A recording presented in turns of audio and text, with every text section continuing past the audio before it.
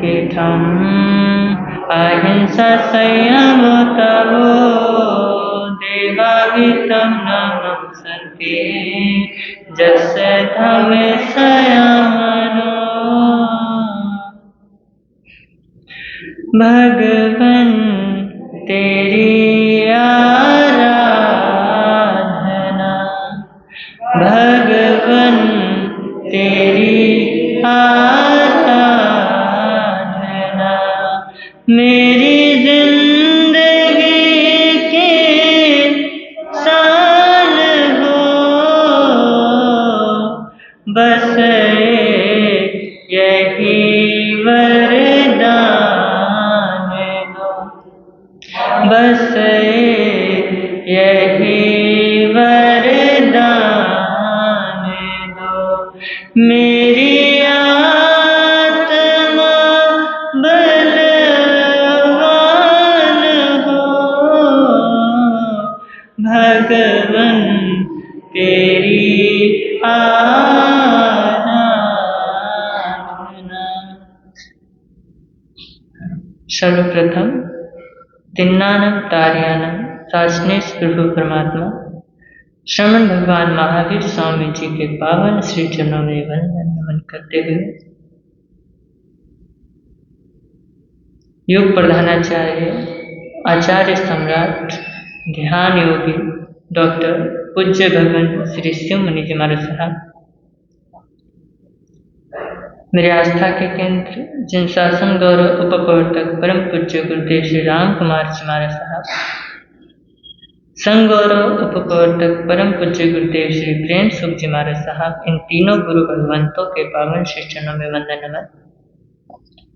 यहाँ पाठ पर विराजित हिमाचल रतन शिवाचार्य भगवान के प्रथम शिष्य विद्वान संत परम पूज्य गुरुदेव श्री जितेंद्र मुनि जी महाराज साहब, मधुरोक्ता सेवा श्रमण परम पूज्य गुरुदेव श्री रचित मुनि जी महाराज साहब, इन दोनों गुरु भगवंतों के पावन श्री चरणों में वंदन नमन करने के पश्चात इस प्रातःकालीन धर्म सभा में श्रीमद् महागीता उत्तराध्ययन श्रुतदेव आराधना के इन पावन पलों में आप सभी का हार्दिक हार्दिक स्वागत करता हूँ। हम सभी पुण्यशाली हैं जो हमें यह धर्म मिला, और इससे भी ज़्यादा हम महापुण्यशाली हैं जो हमें संतों का सत्संग मिला, और इससे भी ज़्यादा हम महाभाग्यशाली हैं जो हमें शुद्ध देव की आराधना करने का सुअवसर मिला। तो हम सभी अपने अपने भाग्य को सहराते हुए एक भावपूर्ण भक्ति गीत, वही गीत जो हम रोज गाते हैं, वीर प्रभु के अंतिम वाणी, वीर प्रभु के अंतिम वाणी, उत्तराधयन को खोलो, जय जिनवाणी बोलो, जय जिनवाणी बोलो, उत्तराधयन में गुंजित होती, उत्तराधयन में गुंजित होती, प्रभु शिक्षा अपना लो, जय जिनवाणी बोलो,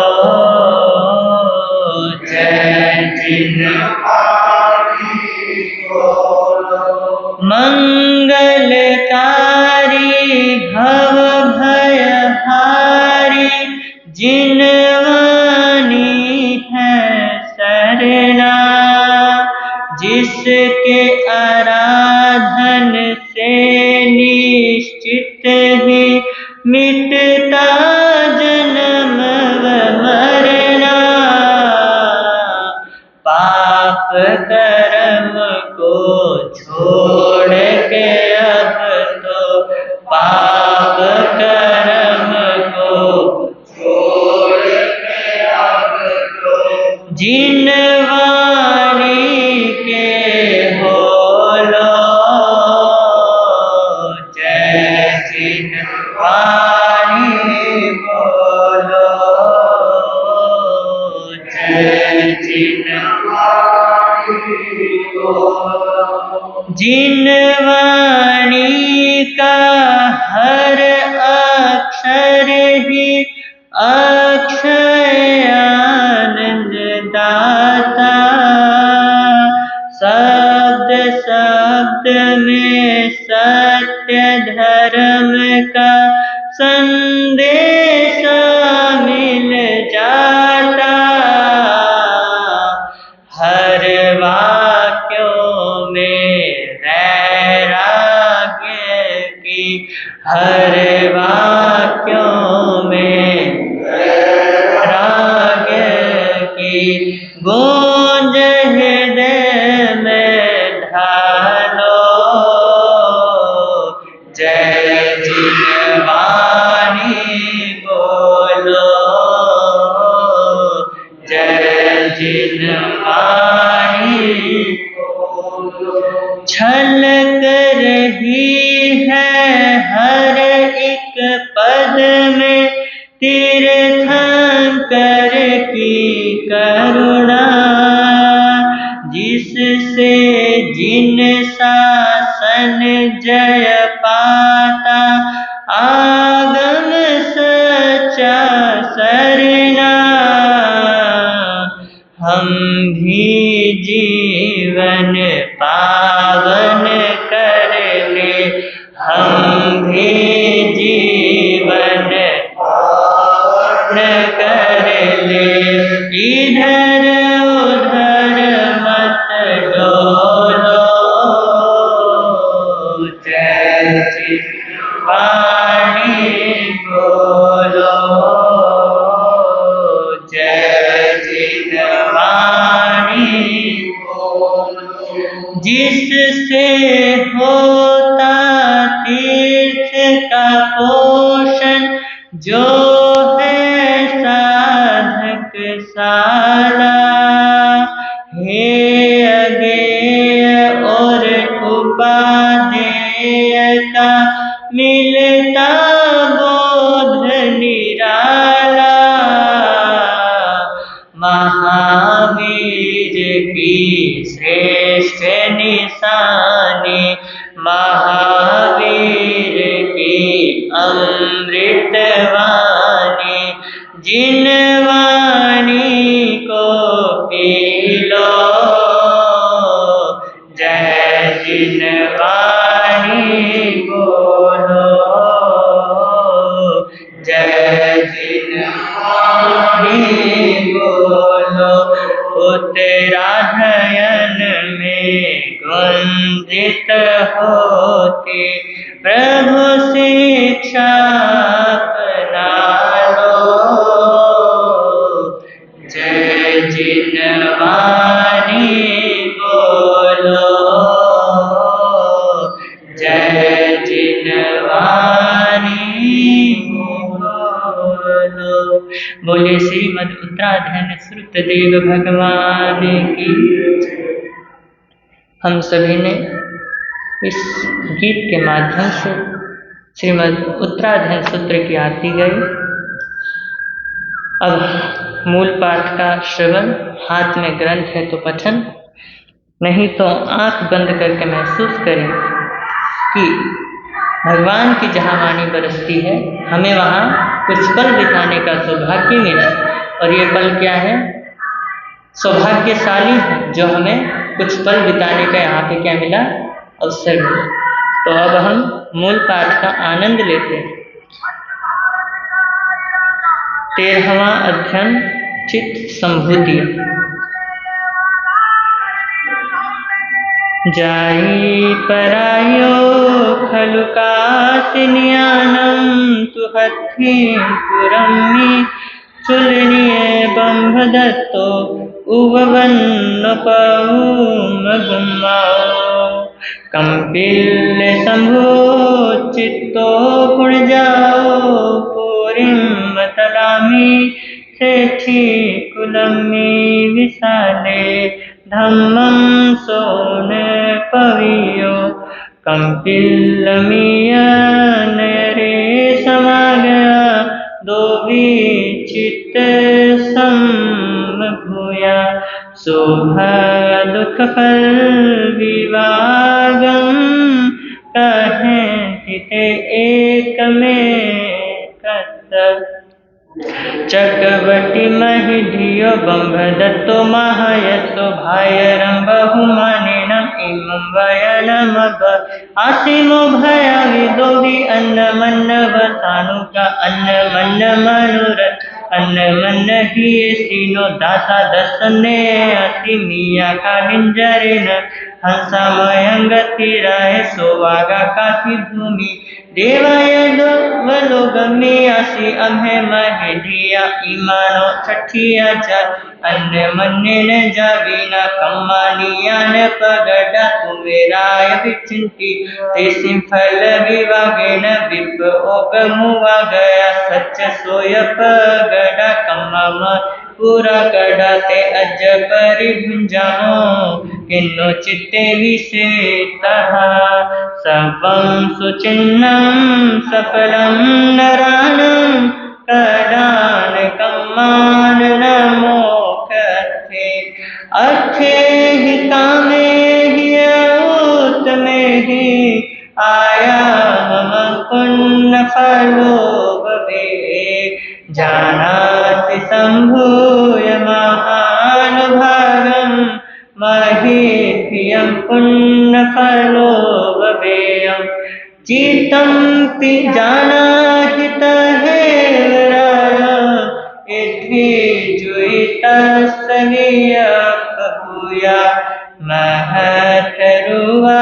महतरुवावयनात् भानुगिया नरसंघमध्ये जम्भे खुणो शील गुणो वगेया इहं जयन्ते समणो विजाओ उच्चोय महुककेया बंधे पवेया आवसहाय रम्मा इमं गिहं चेतधन प्रभूया पसाहि पंचाल गुणो भवेयं नत्थे हिंगी है यवाई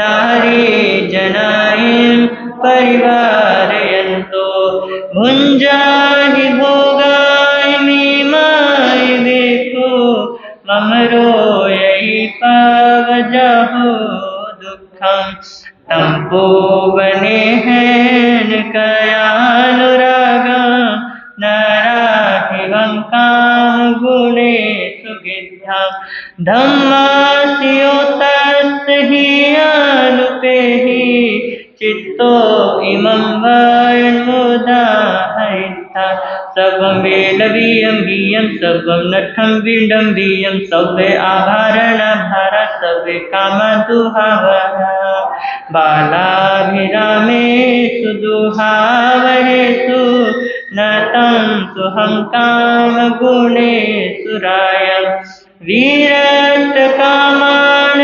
तवोधनान् जम्भे गुणं शील गुणे रयानं नरिन्द जाये अहमानराण सोवाग जाये दुहो गयान जहिं वयं सवजन सवेशा वस्य सोवाग निवेश निसो तिसे जाये उपाव्याये उच्छाम सोवाग निवेशनेषु सौवास लोगास दुगुंच निजा इहं तु कम्माय पुरे सोदानि सिम्राय महानुभावो महिधियो पुण्यफलो भवेयो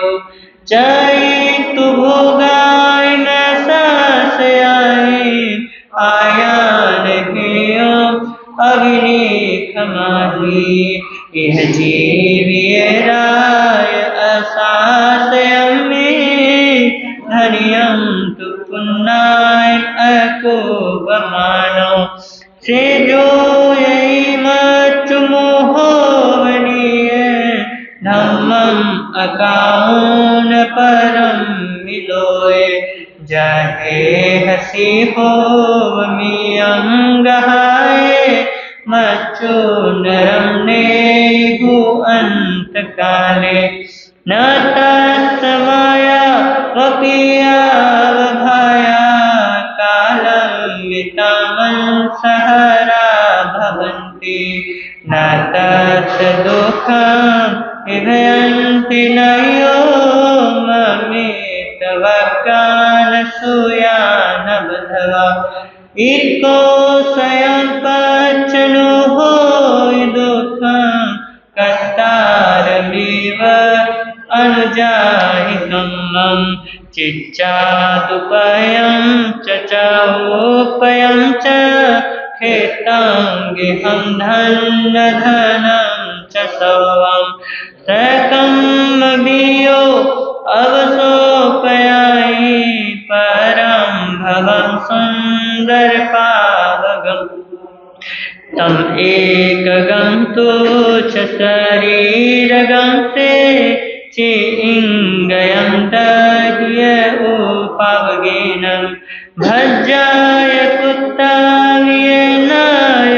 वा दायारमन्नम् असंकमन्ते उवने जय जीव्यमाकमायां वन्नं जराहारै नरसरायं पंचालराया वयनं सुनाहि माकाचिकं माय महालयाय अहं पे जानामि जहे हसाहो जम्मे तुम साहसी वकमेय भोगाय में संग कराहवंती जे दो जया आज अमहारि से हस्तिन पुरम में चिताल छुणम नरवायं महीधिया काम भुवेसु गिद्धेनं नियानं सोहं करं तस्मै अपरिकंतस इमं एयरिसं फलं जानमनोविजं धम्मं काम भोगे समुच्चय नागो जहा पंकजलावसन्नो दक्षो मथलं नाभिसमेतीरम् एवं वयं काम गुणेषु गिद्धा नाभिकुणो मागमनुभयामो अच्छे तुरंतिरयो नया विभोगा पुरुषान निच्चा उवीच भोगा पुरुषं चयन्ति धूमं जहाखीन फलं वपक्खी जयितंसि भोगे चयुमसत्तो अज्जायकमाय करे विहाया धम्मे क्षयोत्सवपायानुकंपी तो हो किसी देव इयो वियुक्ति न तुझ भोगे चयोन बुद्धि गिद्धोस्यारंभ परे कहिसु मोहं कौत्यो विपलाओ गच्छामि रायम् आमन्त्योक्ते पंचालराया वियवं वदत्तो साभूत तस्य वयनम् अकाम् आनोत्तरे भुञ्जिय काम भोगे आनोत्तरे सो नरे पवित्रो चित्तो विकामे विराट कामो उदगचारे ततवो महिषी अनुतरं संजं पालिता अनुतरं ते दिगयं अनुतरं ते दिगयं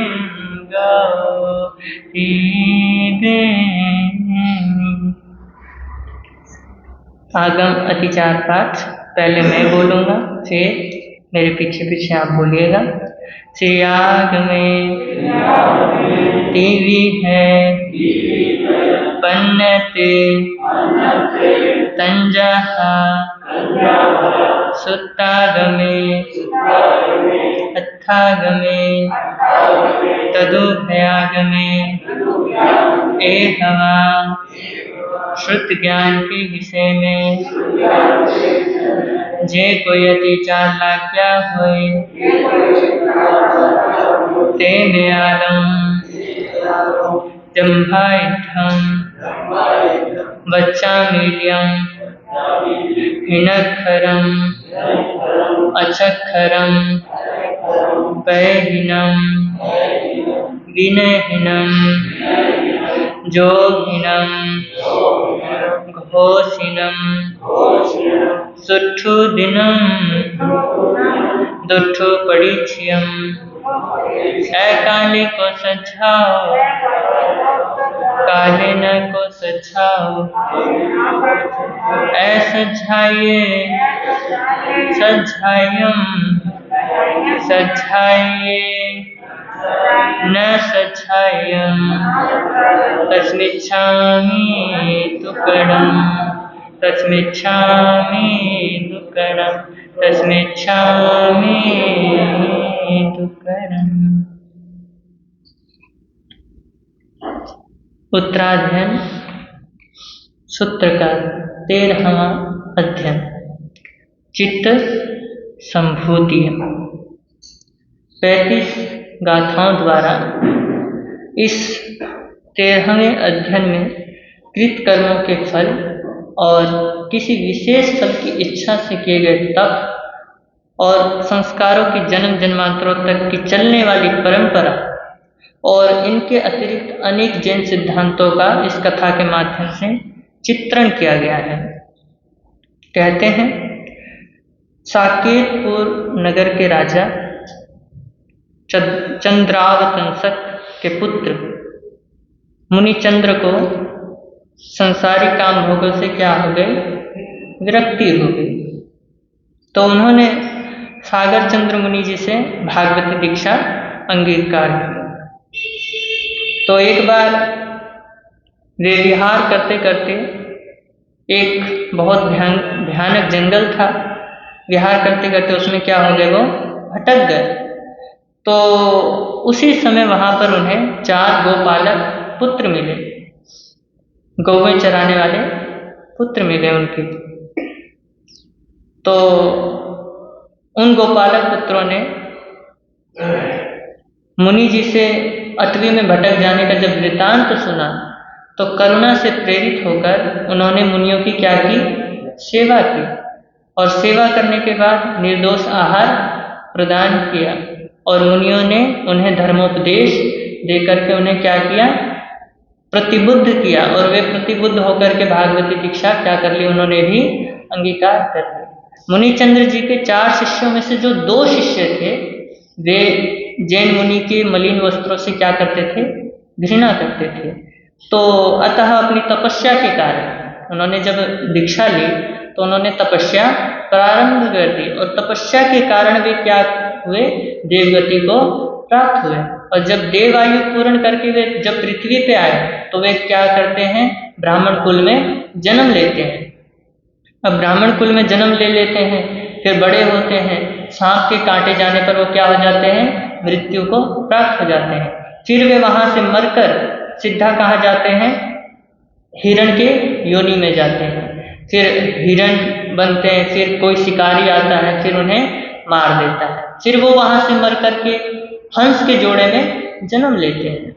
फिर हंस के जोड़े में जन्म लेने के बाद कोई वहां से मछुआरा जाता है, वो उनकी गर्दन मरोड़ देता है।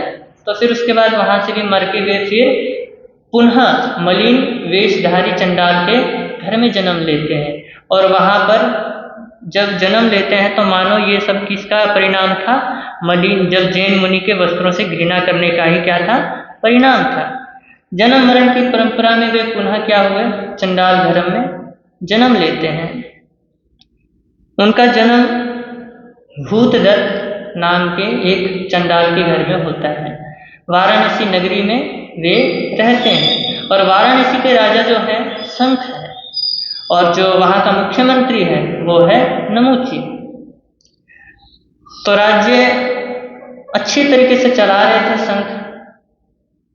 तो मुख्यमंत्री कुशील का सेवन कर लिया। तो कुशील के अपराध में राजा शंख ने उसे क्या कर दिया? मृत्यु दंड का आदेश दे दिया। और वह कार्य किसको सौंपा गया? चंडाल भूतबली को सौंपा गया। तो वो मृत्यु के लिए लेके जा रहा था नमूची को। तो नमूची हाथ पैर जोड़ने लगा, भैया मुझे क्या कर दो, छोड़ दो। अगर तुम मुझे छोड़ दोगे तो मैं तुम्हारा जिंदगी भर क्या रहूँगा? आभारी रहूँगा। तो फिर उसके बाद उसने, चंडाल ने कहा कि भैया मैं तुझे एक शर्त पे छोड़ सकता हूँ। तो बोला कि क्या शर्त है? उसने कहा कि मेरे 2 पुत्र हैं, उन्हें क्या करना पड़ेगा? तुम तो नीति के, शास्त्रों के, वेदों के क्या हो? ज्ञाता हो। तो तुम क्या करो? मेरे पुत्रों को पढ़ाओ। तो उसने कहा अनमने मन से, क्योंकि भैया चंडाल के पुत्र हैं, कभी चंडालों को छुआ नहीं, लेकिन चंडाल के पुत्रों को अब पढ़ाना पड़ेगा, क्योंकि भैया सामने मौत है। तो मौत के सामने कुछ ना किसी की कुछ नहीं चलती। तो भैया अब क्या, तो मौत के डर के मारे से उसने क्या कर दिया? हाँ कर दिया। तो अब वो क्या करता है? उन चंडाल पुत्रों को पढ़ाता है। और वो जो भूतबली है उसने राजा को क्या कर दिया? बता दिया कि मैंने उसको मौत के घाट उतार दिया। तो इधर राजा भी क्या हो गया? निश्चिंत हो गया। वो इधर क्या होता है? वो पढ़ाने लगता है। फिर धीरे धीरे धीरे धीरे जो भूतबली की पत्नी थी उससे नमूची का क्या हो गया? प्रेम भाव बढ़ गया और धीरे धीरे वो दोनों एक दूसरे के प्रेम के बंधन में बंध गए। एक बार भूतबली जब कहते उसने अपनी आंखों से देख लिया उन दोनों को प्रेम भाव में बंधते हुए। तो फिर उसके बाद जब उसने देखा तो एकदम से क्रोध उत्पन्न हुआ। फिर उसके बाद उसने कहा कि भैया अब मैं इनको क्या कर दूंगा? अगले दिन इसको मैं मार दूंगा। तो बस ये संकल्प लिया और इस संकल्प का किसको पता चल गया? नमूची के जो 2 शिष्य, यानी वो जो भूतबली के 2 पुत्र थे, उनको पता चल गया। तो अब उन दोनों ने देखा कि भैया अब नमूची हमारे क्या हैं? गुरु हैं और उन्होंने हमें पढ़ाया लिखाया है, तो इनके जान बचाने का हमारा क्या है? कर्तव्य है। तो उन्होंने सूचना दे दी नमूची को कि भैया अगले दिन तुम्हारा क्या है? जान को खतरा है। तो फिर जब नमूची को पता चला तो वो वहाँ से भागा। वो वहाँ से भागते भागते हस्तिनापुर में चला गया और वहाँ का क्या बन गया? वहाँ का महामंत्री बन गया। अब जब वे चंडाल के पुत्रों ने उनको भगा दिया तो फिर उसके बाद अगले दिन जब भूतबली ने देखा कि भैया यहाँ तो कोई है ही नहीं, तो फिर उसके बाद वो वहाँ पे बोला कि चलो कोई बात नहीं, भाग गया, लेकिन जब मिलेगा तो उसको छोड़ूंगा नहीं। इधर जो चंडाल के पुत्र थे वे क्या करने लगे? मेला में घूमने गए तो वहाँ पे गाने लगे और जब गाने लगे तो इतनी सुरीली आवाज निकाली, क्योंकि उन्होंने वाद्य यंत्रों का और कहते सुर तानने का उससे नमूची से उन्होंने क्या सीख लिया था? ज्ञान सीखा था। तो उनको गाने का बजाने का इतना अच्छा था उनका तरीका कि लोग उनके ऊपर मोहित हो गए। और इधर जो वाद्य यंत्र संगीतकार थे, अलग अलग मंडली थी, उनका क्या हो गया? कारोबार ठप हो गया। तो अब वो जलन के मारे कि भैया ये चंडाल के पुत्रों ने हमारा क्या कर दिया? हमारा जो काम था उसका क्या कर दिया? सारा बेड़ा गर्क कर दिया है। तो अब वो राजा के पास जाते हैं और बोलते हैं कि महाराज ये जो चंडाल के पुत्र हैं ये वहाँ पे मेला में जाते हैं और वहाँ पे लोग इनके गीत सुन सुन के अपना क्या बोलते हैं? जाति धर्म भूल जाते हैं और इनको छूते हैं और अपना जाति क्या कर लेते हैं? भ्रष्ट कर लेते हैं। तो इनको क्या कर दो? नगर से बाहर निकाल दो। तो राजा भी क्या कहते? कान के कच्चे होते हैं। तो उन्होंने क्या कर दिया? उनको बाहर निकाल दिया। जब बाहर निकाला तो उन्होंने देखा कि भैया तिरस्कृत जीवन जो है, असह्य है। तो वो क्या हुए, मरने के लिए क्या हो गए, पहाड़ पे चढ़ गए। और जब वो कूदने वाले थे तो वहां पे एक मुनि ध्यानस्थ थे, अचानक से उन्होंने कहा कि रुको, तो वे रुक गए। तो उन्होंने सोचा चलो भैया ऐसा करते हैं, मरने से पहले एक बार मुनि जी के दर्शन कर लेते हैं। तो वे वापस मुड़े, मुनि जी के दर्शन किए। बोला मुनि जी ने बोला कि भैया तुम क्या कर रहे थे? तो उन्होंने कहा कि महामुनि अब हम क्या करें, हम चंडाल कुल में जन्म लिया हमने, अब हमारी इसमें कोई गलती नहीं है कि हम इस कुल में हमने जन्म लिया, इस जाति में जन्म लिया, लेकिन लोग क्या करते हैं, हमारा तिरस्कार करते हैं। इसलिए इस तिरस्कार जीवन से अच्छा तो हम क्या हो जाएं, मर जाएं तो ही अच्छा है। तो मुनि ने कहा कि भैया ये जो मानव जन्म मिला है ये बड़े ही दुर्लभता से मिला है, और तुम ऐसे ही इसको क्या कर रहे हो, गवा रहे हो। तो उन्होंने कहा कि फिर क्या करें? तो उन्होंने कहा कि सत्कर्म से तुम क्या करो, इस जीवन को व्यतीत करो। तो उन्होंने वहीं पे उनकी क्या कहते शिष्यत्व ग्रहण कर लिया उन दोनों ने। तो उन मुनि जी के पास उन्होंने भागवत दीक्षा अंगीकार कर ली। अब वे जब अंगीकार कर लिया उन्होंने, तो साधु जीवन में व्यतीत करते करते एक बार वो क्या हुए, हस्तिनापुर पहुंच गए। और वहाँ चक्रवर्ती नरेश सनत कुमार की जो राज्य था वहाँ पे नमुची था। तो उसने जब देखा कि भैया ये दोनों क्या हैं, ये दोनों तो वही हैं जिनको मैंने पढ़ाया लिखाया है, अगर इन्होंने मेरा भांडा फोड़ कर दिया तो मैं क्या हो जाऊंगा, मेरे को इस राज्य से निकाल दिया जाएगा। तो फिर उसके बाद क्या करता है वो नमुची, राजा के कान भरना शुरू कर देता है। तो फिर जब राजा के कान भरता है तो राजा क्या करता है, उन मुनियों को बाहर निकाल देता है। सनत कुमार वहाँ के राजा हैं।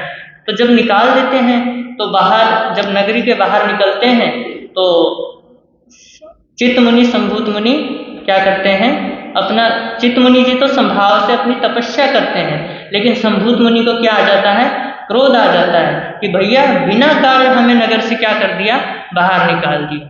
तो उन्होंने इतना उग्र तपस्या की, इतनी उग्र तपस्या की कि उन्हें तेजोलेश्या प्राप्त हो गई। और तेजोलेश्या एक ऐसी तपस्या, वो लब्धि है जो सिर्फ शांति और प्रेम भाव से क्या रहता है, दबा रहता है। लेकिन उनके अंदर क्या आ गया, क्रोध आ गया। तो अचानक से वो तेजोलेश्या बाहर निकल गई, और जब निकली तो पूरा ही हस्तिनापुर में क्या हो गया, आग लग गई।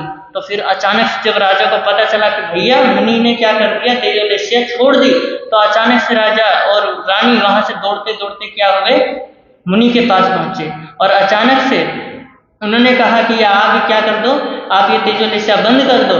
लेकिन वो रुक ही नहीं रहे थे। तो चित्त मुनि ने अपने कहते शीतलेश्या का प्रयोग करते हुए उनके मुंह में क्या करते हैं, हाथ रखते हैं, और अचानक से वो आग तेजोलेश्या रुक जाती है। तो फिर उसके बाद जब वो रुकती है तो अचानक से जब वो राजा और रानी अचानक से वंदन करने के लिए झुकते हैं, तो रानी के जो केस होते हैं, केस थे, बाल थे, तो वो क्या होते हैं, संभूत मुनि के चरण में छू जाते हैं। और गोशीर्ष चंदन ठंडा होता है, तो उनके क्या हो गए, चरण को छुए तो उनको शांति सी, ठंडक सी महसूस हुई।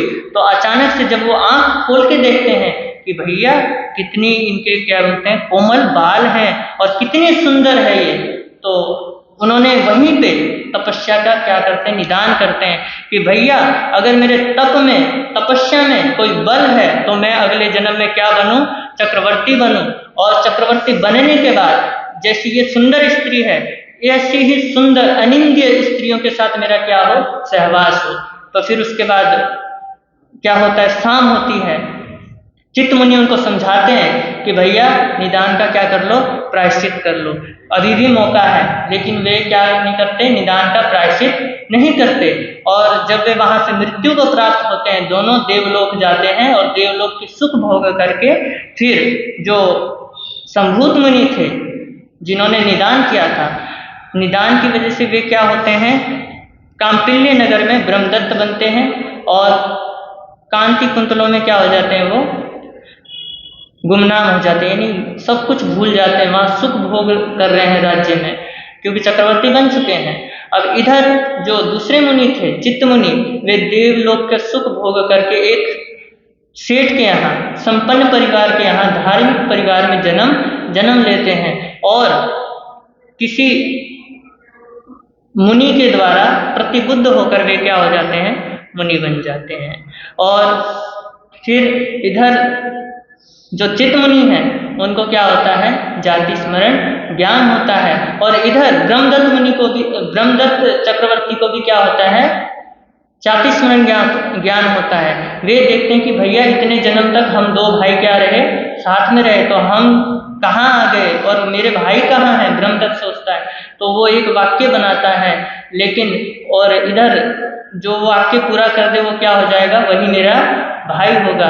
तो वो वाक्य का ढिंढोरा पिटवा देते हैं, वाक्य कि भैया हम पहले जन्म में क्या थे, दो मुनि थे, फिर क्या बने, हिरण के जोड़े बने, फिर उसके बाद क्या हुए, हिरण से फिर हंस बने, हंस के बाद फिर चंडाल बने, फिर चंडाल के बाद अब क्या बने हैं, अब इस जन्म में हम कहाँ हैं।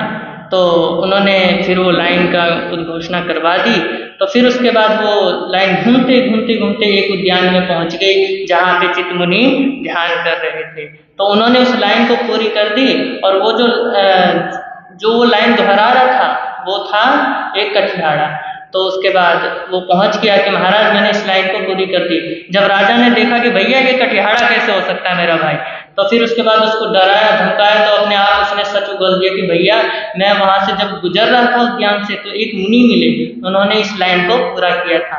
तो फिर उस मुनि को बुलाया गया, तो मुनि ने कहा कि भैया अब तुम इस सुख भोग से क्या करो, अब तुम विरक्ति को व्यक्ति भाव लाओ। लेकिन ब्रह्मदत्त चक्रवर्ती ने क्या किया था, निदान किया था। चक्रवर्ती भी दो तरीके से बना जाता है, एक निदान से और एक स्वाभाविक ही बना जाता है।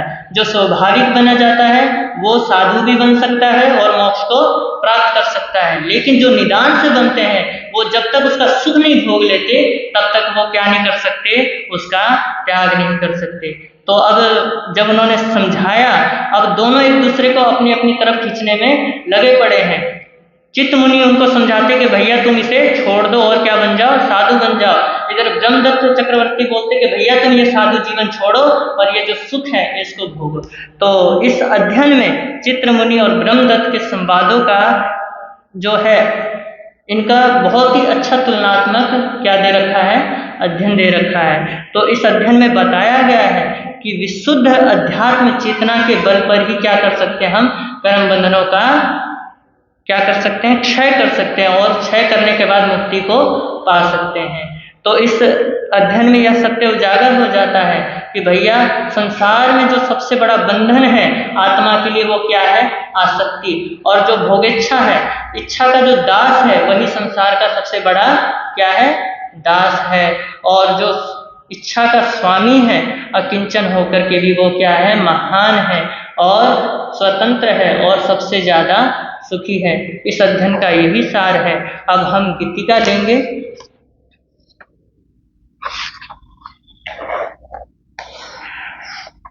आत्मशुद्धि के लिए ही ध्यान तप की साधना, तप के फल की कामना है, मुक्ति पथ की वंचना। मृत्यु आने पर स्वजन और बंधु बांधव छोड़ के, संभूत सी चर्या रही तो आगे दुख में डोलते। संभूत सी चर्या रही तो आगे दुख में डोलते।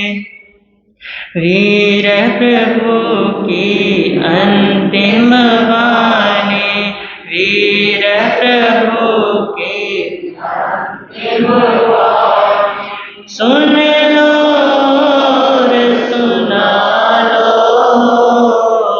जीवन धन्य बना लो, जीवन बना लो। तेरा नयन में गुंजित होती, ओ तेरा नयन में गुंजित होती, प्रभु शिक्षा अपना लो, धन्य बना लो, जीवन धन्य। पूर्व भव में चित्त संभूति मुनिवर थे तपधारी, संभूत मुनि को रानी के जब केस लगे सुखकारी, चित्त ने तब उनको समझाया, चित्त ने तब उनको समझाया। तप का पुण्य कमा लो, जीवन धन्य बना लो, जीवन धन्य। चित्त मुनि की बात न मानी, भोग चाह में आकर, मिले मुझे तप के बदले में चक्री के सुख सागर, तप के फल में भोग की इच्छा, तप के फल में भोग की इच्छा, तज संसार घटा लो, जीवन धन्य बना लो, जीवन धन्य बना लो। प्रीत पुरानी पूर्व भवों की इस भव में भटकाई, संभूति ने इस भव पाई, चक्री की प्रभुताई। चित्त मुनि ने संयम धारा, चित्त मुनिवर ने संयम धारा, कर्म का भार हटा लो, जीवन धन्य बना लो, जीवन धन्य बना लो।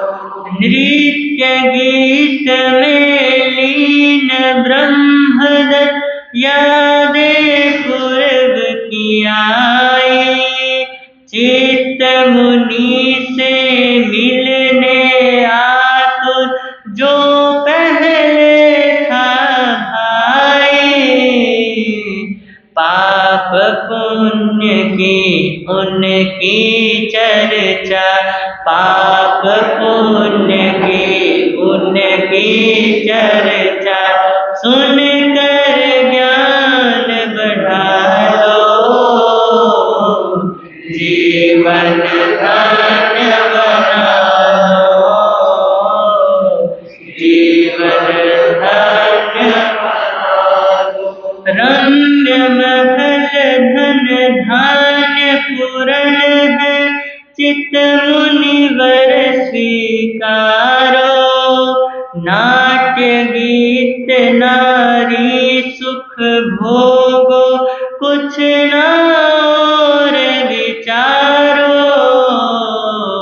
निकले तब उद्गार मुनि के, निकले तब उद्गार मुनि के, भोग का जीवन टाड़ो, जीवन धन्य बना लो, जीवन धन्य बना लो। भारभूत आभूषण समझो, गीत विलाप सरीखे, विडम्बना में नाटक सारे, पापों के फल तीखे, काम भोग दुखदाई राजन, काम भोग दुखदाई राजन, उनसे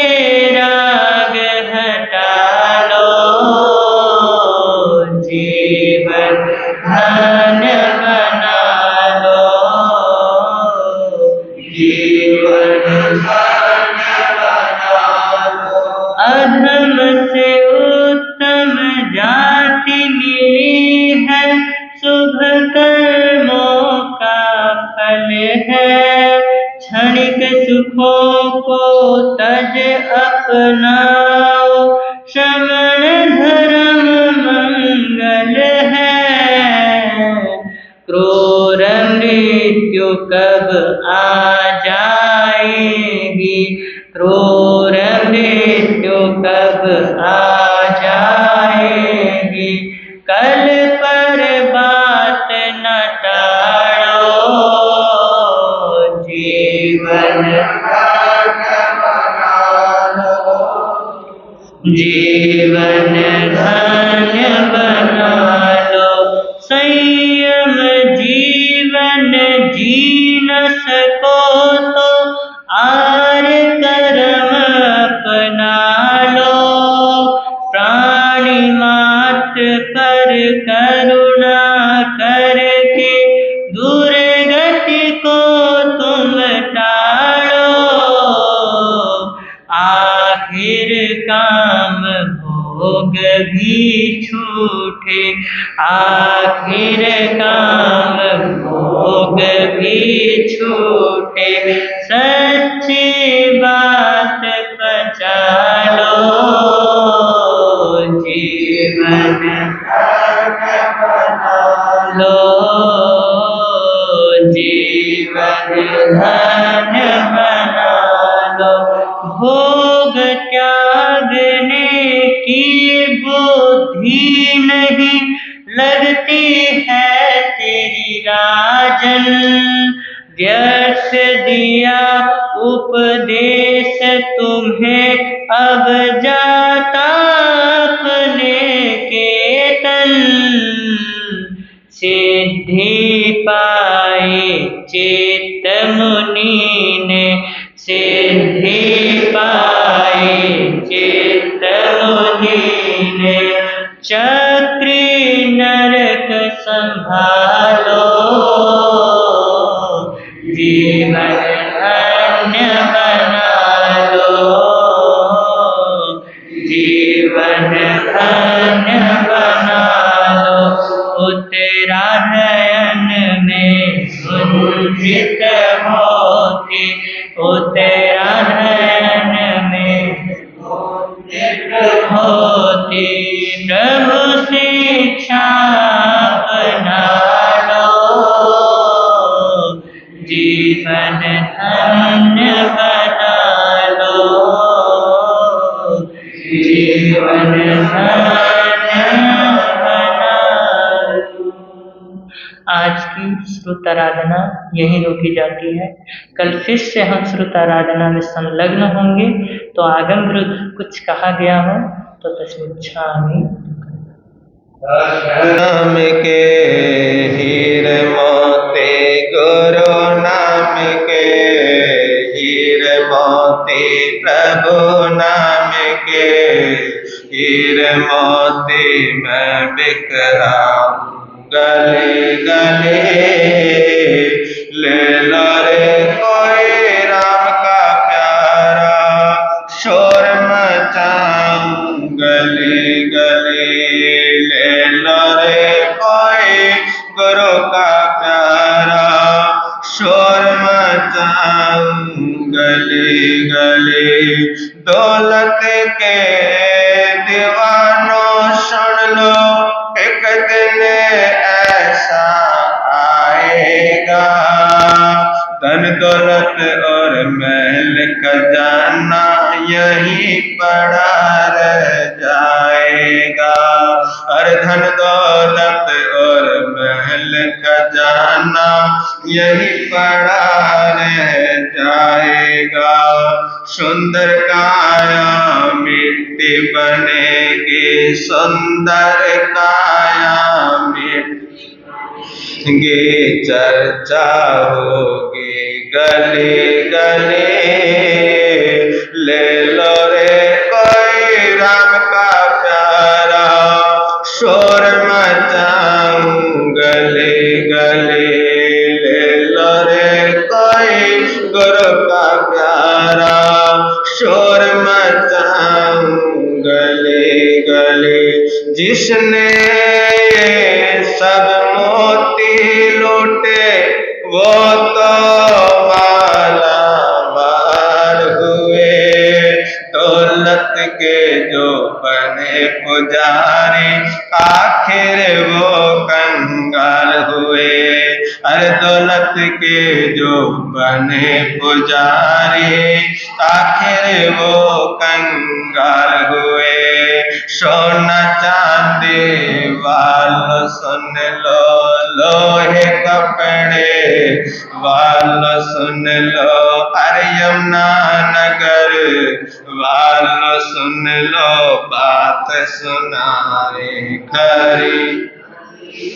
ले लो रे कोई राम का प्यारा, शोर मचाए गले गले। ले लो रे कोई गुरु का प्यारा, शोर मचाऊं गले गले। हो शोर मचाऊं, शोर मचाऊं, शोर मचाऊं गले गले। आज का नियम प्रत्यक्षान पचखान रहेगा कि आज के दिन अब से लेकर कि जब भी आप कुछ खाओ, खाने से पहले ओम नमो अरिहंताणम, बस इतना बोलना है, ओम नमो अरिहंताणम। और खाने के बाद ओम नमो सिद्धाणम। ठीक है, आज इस बात का आप ध्यान रखेंगे। हर्ष हर्ष